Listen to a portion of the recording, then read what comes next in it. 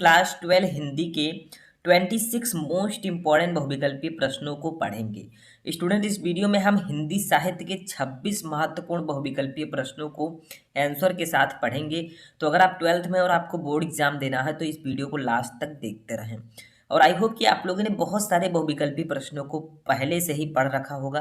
तो देखते हैं इन क्वेश्चंस में से कितने क्वेश्चन के आंसर आपको पहले से पता है। तो एक एक क्वेश्चन को अच्छे से देखिएगा और लास्ट में कमेंट करके बताइएगा कि इनमें से किन किन क्वेश्चन के आंसर आपको पहले से ही पता थे। ठीक है, तो देखिए वीडियो के लास्ट में मैं आपसे एक क्वेश्चन करूंगा जिसका आंसर भी आपको कमेंट बॉक्स में देना होगा। तो चलिए वीडियो को स्टार्ट करते हैं। तो देखिए फर्स्ट क्वेश्चन हमारा है 59 से शुरू होगा। फर्स्ट क्वेश्चन है, आंगन के पार द्वार रचना है, यानी कि जो आंगन के पार द्वार है ये किसकी रचना है? कितने लोगों को पता है? देखिए, का है जयशंकर प्रसाद की, खा है महादेवी वर्मा की, गा है अज्ञेय की और घा है सुमित्रा नंदन पंत की। तो इसका राइट आंसर होगा ऑप्शन नंबर गा, अज्ञेय की। ठीक है, आंगन के पार द्वार जो है ये सच्चिदानंद वात्स्यायन हीरायानंद अज्ञेय जी की रचना है। ठीक है, ये अज्ञेय जी का पूरा नाम है। नेक्स्ट क्वेश्चन हमारा है, हिंदी साहित्य के आदिकाल के लिए चारण काल नाम दिया है, यानी कि हिंदी साहित्य के आदिकाल के लिए चारण काल किसने नाम दिया? का है राहुल सांकृत्यायन ने, खा है रामचंद्र शुक्ल ने, गा है राम कुमार वर्मा ने और घा है डॉक्टर नगेंद्र ने। तो इसका राइट आंसर होगा ऑप्शन नंबर का, राम कुमार वर्मा ने। देखिए, राम कुमार वर्मा जी ने हिंदी साहित्य के आदिकाल को चारण काल नाम दिया था। ठीक है, एक एक क्वेश्चन आपको अच्छे से समझना है, इसमें सभी क्वेश्चन इंपॉर्टेंट हैं आपके बोर्ड एग्जाम के लिए। नेक्स्ट क्वेश्चन है, लाहर के रचनाकार हैं। आई होप कि आप सभी को पता होगा कि लाहर रचना को किसने लिखा है। का है जयशंकर प्रसाद, खा है गिरिजा कुमार माथुर, गा है हरिवंश राय बच्चन, घा है सुमित्रा नंदन पंत। तो इसका राइट आंसर होगा ऑप्शन नंबर का, जयशंकर प्रसाद। ठीक है, लाहर जो रचना है इसको जयशंकर प्रसाद जी ने लिखा है। ठीक है, नेक्स्ट क्वेश्चन हमारा है, निम्नलिखित में से नई कविता के कवि हैं, यानी कि नई कविता एक रचना है, इसके कवि कौन है? का है जयशंकर प्रसाद, खा है रामधारी सिंह दिनकर, गा है जगन्नाथ दास रत्नाकर और घा है सच्चिदानंद हीरानंद वात्स्यायन अज्ञेय। तो इसका राइट आंसर होगा ऑप्शन नंबर घा सच्चिदानंद हीरानंद वात्स्यायन अज्ञेय। देखिए, नई कविता जो है इसके कवि सच्चिदानंद हीरानंद वात्स्यायन अज्ञेय जी हैं। ठीक है, तो ऑप्शन नंबर घा राइट होगा। नेक्स्ट क्वेश्चन देखते हैं, हिंदी साहित्य के किस काल को पूर्व मध्य काल कहा जाता है? बहुत इंपॉर्टेंट क्वेश्चन है, यानी कि हिंदी साहित्य के किस काल को हम पूर्व मध्य काल के नाम से भी जानते हैं? का है आदिकाल, खा है भक्तिकाल, गा है रीतिकाल, घा है आधुनिक काल। तो इसका राइट आंसर होगा ऑप्शन नंबर खा, भक्तिकाल। देखिए, हिंदी साहित्य के किस काल को पूर्व मध्य काल के नाम से जानते हैं? खा वाला ऑप्शन होगा भक्तिकाल। ठीक है, और भक्तिकाल को हम किसके नाम से जानते हैं? ठीक है, तो ये आपको कमेंट बॉक्स में बताना है। तो हिंदी साहित्य के भक्तिकाल को पूर्व मध्यकाल नाम से भी जाना जाता है। नेक्स्ट क्वेश्चन हमारा है, कामायनी रचना है। देखिए, बहुत ही इंपॉर्टेंट क्वेश्चन है ये। कामायनी किसकी रचना है? का है सूर्यकांत त्रिपाठी निराला की, खा है महादेवी वर्मा की, गा है जयशंकर प्रसाद की, घा है मोहन अवस्थी की। तो इसका राइट आंसर होगा ऑप्शन नंबर गा, जयशंकर प्रसाद की। जो कामायनी है ये जयशंकर प्रसाद जी की रचना है। ठीक है, नेक्स्ट क्वेश्चन देखते हैं, हिंदी साहित्य के आदिकाल के लिए बीज वपन काल नाम दिया है, यानी कि हिंदी साहित्य का जो आदिकाल है उसको बीज वपन काल नाम किसने दिया? का है रामचंद्र शुक्ल ने, खा है राम कुमार वर्मा ने, गा है आचार्य महावीर प्रसाद द्विवेदी ने और घा है डॉक्टर नगेंद्र ने। तो इसका राइट आंसर होगा ऑप्शन नंबर गा, आचार्य महावीर प्रसाद द्विवेदी ने। हिंदी साहित्य के आदिकाल के लिए बीज वपन काल जो है वो आचार्य महावीर प्रसाद द्विवेदी जी ने दिया। ठीक है, नेक्स्ट क्वेश्चन हमारा है, अष्टछाप के कवियों का संबंध है भक्ति काल की किस शाखा से? यानी कि जो अष्टछाप के कवि हैं उनका संबंध भक्ति काल की किस शाखा से है? का है ज्ञानाश्रयी शाखा से, खा है प्रेमाश्रयी शाखा से, गा है कृष्ण भक्ति शाखा से, घा है राम भक्ति शाखा से। तो इसका राइट आंसर होगा ऑप्शन नंबर गा, कृष्ण भक्ति शाखा से। जो अष्टछाप के कवि हैं उनका संबंध जो है वो भक्ति काल की कृष्ण भक्ति शाखा से है। ठीक है, नेक्स्ट क्वेश्चन हम देखते हैं, कितनी नावों में कितनी बार काव्यकृति है? यानी कि ये इस प्रकार से भी क्वेश्चन आ सकता है कि कितनी नावों में कितनी बार काव्य संग्रह के रचनाकार कौन है?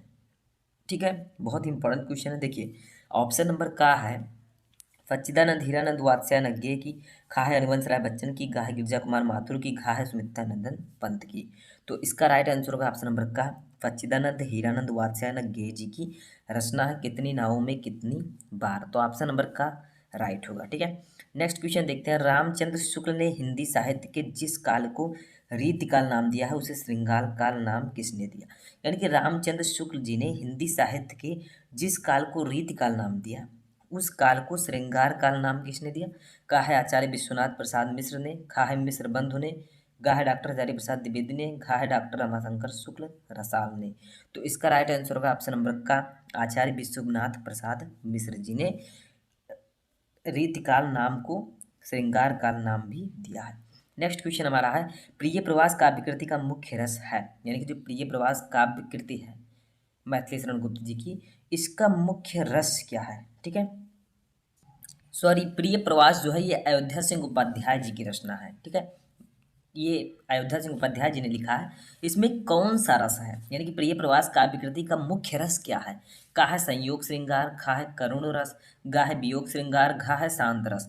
तो इसका राइट आंसर होगा ऑप्शन नंबर गा वियोग श्रृंगार। प्रिय प्रवास काव्य कृति में वियोग श्रृंगार रस है। ठीक है, नेक्स्ट क्वेश्चन हमारा, धर्म के प्रति अनास्था तथा शोषक वर्ग के प्रति घृणा प्रमुख विशेषता है किस वाद की? यानी कि धर्म के प्रति अनास्था और शोषक वर्ग के प्रति घृणा ये किस युग की विशेषता है? कहा है छायावादी की, कहा है प्रगतिवाद की, गा है प्रयोगवाद की, घा है नई कविता की। तो इसका राइट आंसर होगा ऑप्शन नंबर खा प्रगतिवाद की। ठीक है, ये जो विशेषता है धर्म के प्रति अनास्था तथा शोषक वर्ग के प्रति घृणा, ये प्रगतिवाद की विशेषता है। नेक्स्ट क्वेश्चन हमारा है, मैथिली शरण गुप्त की काव्य कृति है, यानी कि इनमें से कौन सी काव्य कृति मैथिली शरण गुप्त जी की है? का है इत्यलम, खा है परिमल, गा है उत्तरा, घा है प्रदक्षिणा। तो इसका राइट आंसर होगा ऑप्शन नंबर घा प्रदक्षिणा। प्रदक्षिणा जो है ये मैथिली शरण गुप्त जी की काव्य कृति है। ठीक है, नेक्स्ट क्वेश्चन देखते हैं। तो देखिए नेक्स्ट क्वेश्चन हमारा, सुमित्रा नंदन पंत को ज्ञानपीठ पुरस्कार मिला था, कितना ज़्यादा इंपॉर्टेंट थे देखिए, देख सकते हैं। ठीक है, तो देखिए का है लोकायतन पर, खा है कला और बूढ़ा चांद पर, गा है चिदम्बरा पर, घा है अतिमा पर। तो इसका राइट आंसर होगा ऑप्शन नंबर गा। ठीक है, चिदम्बरा पर। ठीक है, मैथिली शरण सॉरी सुमित्रा नंदन पंत जी को चिदम्बरा रचना पर ज्ञानपीठ पुरस्कार मिला था। ठीक है, नेक्स्ट क्वेश्चन हमारा है, महाभारत के शांति पर्व के कथानक पर आधारित दिनकर की काव्य कृति है, यानी कि महाभारत के शांति पर्व के कथानक पर आधारित दिनकर जी की काव्य कृति कौन सी है? का है रेणुका, खा है कुरुक्षेत्र, गा है सामधेनी, घा है हारे के को हरिनाम। ठीक है, तो इसका राइट आंसर होगा ऑप्शन नंबर खा कुरुक्षेत्र। ठीक है, नेक्स्ट क्वेश्चन हमारा, हिंदी साहित्य का प्रथम कवि माना जाता है किसको? का है सबरपा, खा है देवसेन, गा है सरापा, घा है कुमार रासु। तो देखिए सरापा को हिंदी साहित्य का प्रथम कवि माना जाता है, तो ऑप्शन नंबर गा सही होगा। ठीक है, नेक्स्ट क्वेश्चन हमारा है, पृथ्वीराज रासों में प्रधानता है किस रस की? का है श्रृंगार रस की, खा है वीर रस की, गा है शांत रस की, खा है हास्य रस की। तो इसका राइट आंसर होगा ऑप्शन नंबर खा वीर रस की। पृथ्वीराज रासों में वीर रस की प्रधानता है। नेक्स्ट क्वेश्चन है, दोहा कोश के रचनाकार कौन है? का है सबरपा, खा है लुइपा, गा है सरपहापा और घा है कणहपा। तो इसका राइट आंसर होगा ऑप्शन नंबर गा सरहापा। ठीक है, दोहा कोश के रचनाकार सरहापा जी है। नेक्स्ट क्वेश्चन हमारा है, परमाल रासो किस काल की रचना है? ठीक है, परमाल रासो जो है ये किस काल की रचना है? का है आदिकाल, खा है भक्तिकाल, गा है रीतिकाल, घा है आधुनिक काल। तो इसका राइट आंसर होगा ऑप्शन नंबर का आदिकाल। ठीक है, परमाल रासो जो है ये आदिकाल की रचना है। नेक्स्ट क्वेश्चन हमारा, निम्नलिखित में से पृथ्वीराज रासो के रचनाकार कौन है? यानी कि ये 3 प्रकार से क्वेश्चन पूछा जाता है। दूसरा है, पृथ्वीराज रासो की रचना किस व्यक्ति ने की? और अथवा इस प्रकार से किया जा सकता है, पृथ्वीराज रासो रचना है। का है जायसी, खा है मंझन, गा है कुतुबन, घा है चंद्र बरदाई। तो इसका राइट आंसर होगा ऑप्शन नंबर घा चंद्र बरदाई। देखिए पृथ्वीराज रासो की रचना चंद्र बरदाई ने की थी। ठीक है, ये एक रचना है पृथ्वीराज रासो। नेक्स्ट क्वेश्चन हमारा है, इनमें से हिंदी का प्राचीनतम महाकाव्य कौन सा है? या इस प्रकार से भी आ सकता है, निम्नलिखित में से किस ग्रंथ को हिंदी का प्रथम महाकाव्य माना जाता है? का है श्री रामचरितमानस, खा है पद्मावत, गा है पृथ्वीराज रासो, घा है प्रिय प्रवास। तो इसका राइट आंसर होगा ऑप्शन नंबर गा पृथ्वीराज रासो। देखिए पृथ्वीराज रासो को हिंदी का, ठीक है, निम्नलिखित में से किस ग्रंथ को? तो देखिए पृथ्वीराज रासो को हिंदी का प्रथम महाकाव्य माना जाता है, तो गा वाला ऑप्शन सही होगा। नेक्स्ट क्वेश्चन हमारा है, वीर गाथा काल की प्रमुख विशेषता क्या है? जो वीर गाथा काल था इसका प्रमुख विशेषता क्या है? का है नारी का रूप सौंदर्य चित्रण, खा है प्रकृति चित्रण, गा है युद्धों का सजीव चित्रण, घा है मुक्तक काव्य रचना। तो इसका राइट आंसर होगा ऑप्शन नंबर गा युद्धों का सजीव चित्रण। देखिए वीर गाथा काल की प्रमुख विशेषता है युद्धों का सजीव चित्रण। नेक्स्ट क्वेश्चन हमारा है, हिंदी साहित्य के आदिकाल के लिए सिद्ध सामंत काल नाम दिया, यानी कि हिंदी साहित्य के आदिकाल के लिए सिद्ध सामंत काल नाम किसने दिया? का है राहुल सांकृत्यायन ने, खा है रामचंद्र शुक्ल ने, गा है राम कुमार वर्मा ने, घा है डॉक्टर नगेंद्र ने।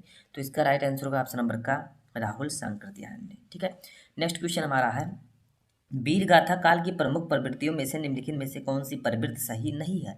यानी कि वीर गाथा काल के लिए इनमें से कौन सी प्रवृत्ति सही नहीं है? विशेषता का है युद्धों का सजीव वर्णन, खा है राष्ट्रीयता की भावना, गा है आश्रयदाताओं की प्रशंसा, घा है कल्पना की प्रचुरता। तो इसका राइट आंसर होगा ऑप्शन नंबर खा राष्ट्रीयता की भावना। वीर गाथा काल की प्रमुख प्रवृत्तियों में राष्ट्रीयता की भावना नहीं आती, बाकी ये तीनों हैं। ठीक है, समझ में आ गया। नेक्स्ट क्वेश्चन हमारा है रेवंतगिरी राय के रचयिता हैं। रेवंतगिरी राय की रचयिता रेवंतगिरी रास के रचयिता कौन है? का है दलपत विजय, खा है जिनधर्म सूर्य, गा है विजय सेन सूर्य और घा है मुनि जिन विजय।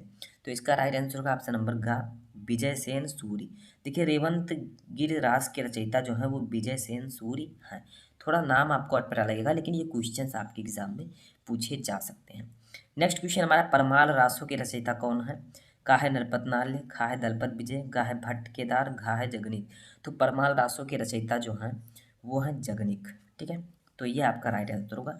लास्ट क्वेश्चन जिसका आंसर आपको कमेंट बॉक्स में देना है, देखिए ये अमीर खुसरो कवि हैं, किस काल के कवि हैं? का है आदिकाल के, खा है भक्ति काल के, गा है रेत काल के, घा है आधुनिक काल के। तो अमीर खुसरो किस काल के कवि हैं? इसका आंसर आपको कमेंट में देना है। देखते कितने स्टूडेंट इसका सही आंसर दे सकते हैं। तो देखिए आपको कमेंट बॉक्स में ये भी बताना है कि इनमें से कितने क्वेश्चन आपको पहले से पता थे। वीडियो पसंद आए वीडियो को लाइक कर दीजिए, चैनल पर नए चैनल को सब्सक्राइब करके बेल आइकन प्रेस कर लें ताकि कोई भी इंपॉर्टेंट वीडियो आपसे मिस ना हो।